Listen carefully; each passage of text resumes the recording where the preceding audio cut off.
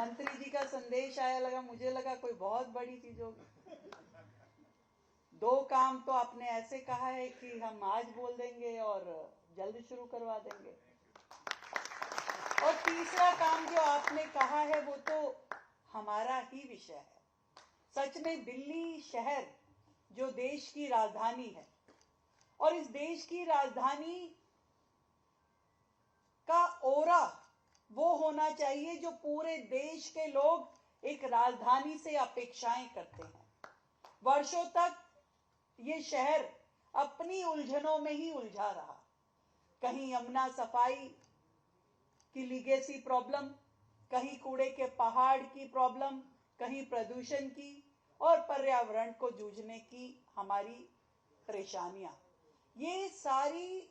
समस्याएं जो इस शहर के साथ जुड़ी है वो कहीं ना कहीं पूरे देश में, पूरे विश्व में हमारे इस शहर की तस्वीर को खराब करती है। और ऐसे में मुझे ये लगता है कि दिल्ली के प्रत्येक नागरिक की ये जिम्मेवारी है कि अपनी भूमिका इस दिल्ली शहर की इन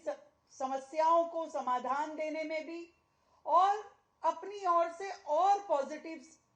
कदम आगे बढ़ाने में भी हम सबको काम करना चाहिए। और आज आपके इस प्रांगण में पहुंच के मुझे सच में ये एहसास हुआ कि हमारा ये संस्थान दिल्ली की एक स्वच्छ छवि बनाने में, दिल्ली के प्रदूषण की समस्या को कम करने के लिए और दिल्ली में वाटर बॉडीज के रिवाइवल में एक अहम भूमिका अदा कर सकता है। इसके लिए मैं आपका धन्यवाद करती हूँ कि हम लोग, ये मैं आपसे मांगना चाहती हूँ कि दिल्ली शहर को इस चीज की जरूरत है कि इस समय हर एक घर, हर एक इंस्टीट्यूशन अधिक से अधिक प्लांटेशन करे। एक समय था हम सुनते थे देश के पूर्व प्रधानमंत्री हमारे लाल बहादुर शास्त्री जी, जब युद्ध की स्थिति देश पे आई तो उन्होंने कहा कि जहां जगह मिले, गमलों में जगह मिले, कहीं जगह मिले, आप अन्न उगाइए। वो समय हमें आज भी याद है। और आज जब हम समस्याएं आती हैं,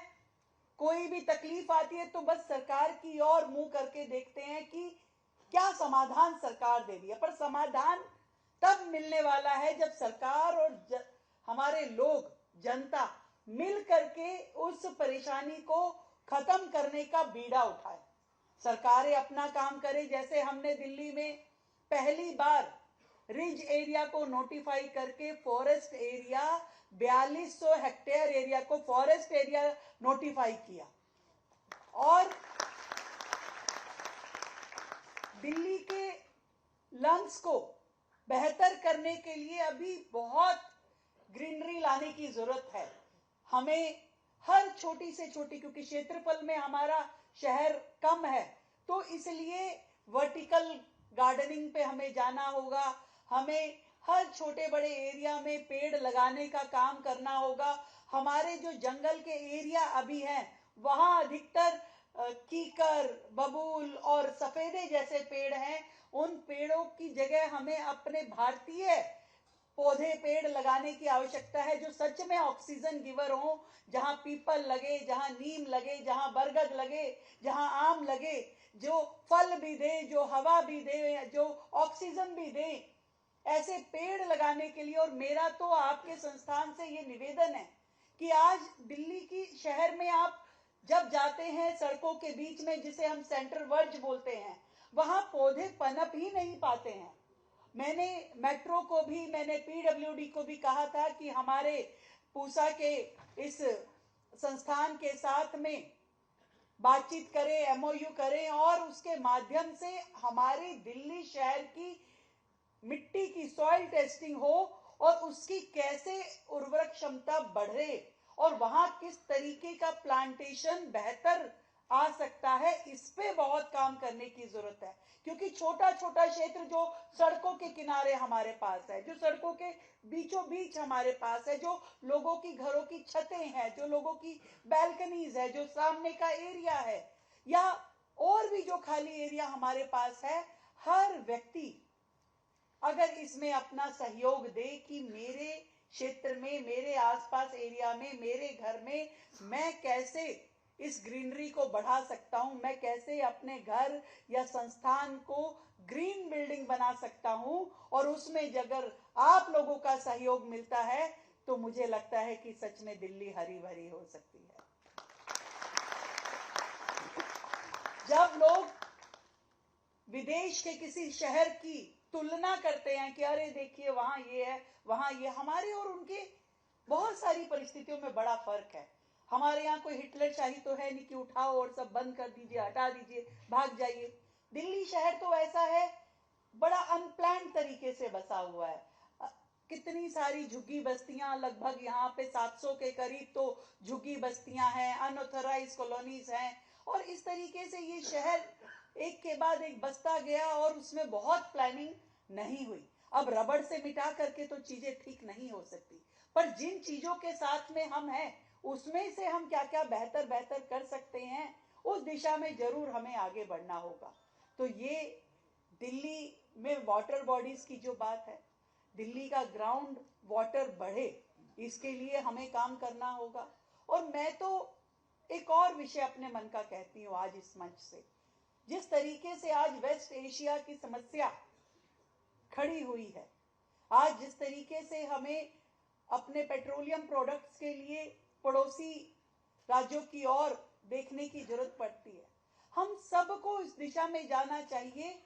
कि अपने रिसोर्सेज, कोई भी रिसोर्स हमारे पास अनलिमिटेड नहीं है, चाहे वो पानी हो, चाहे वो बिजली हो, चाहे वो पेट्रोलियम प्रोडक्ट्स हो, हर चीज को हमें बड़े किफायत से इस्तेमाल करने की जरूरत है। हमारी जनरेशन जो आने वाली है, अपने बच्चों को हम देखते हैं कि शायद हमारी जनरेशन में तो हम किसी कमरे से निकलते तो कई बार मेरे सहयोगी लोग कहते कि मैम मुख्यमंत्री है, पर अपने जरूर 1 मिनट के लिए रुक के कहती हूँ कि ये सारी लाइटें बंद कर दीजिए, सारा ये कर दीजिए। मुझे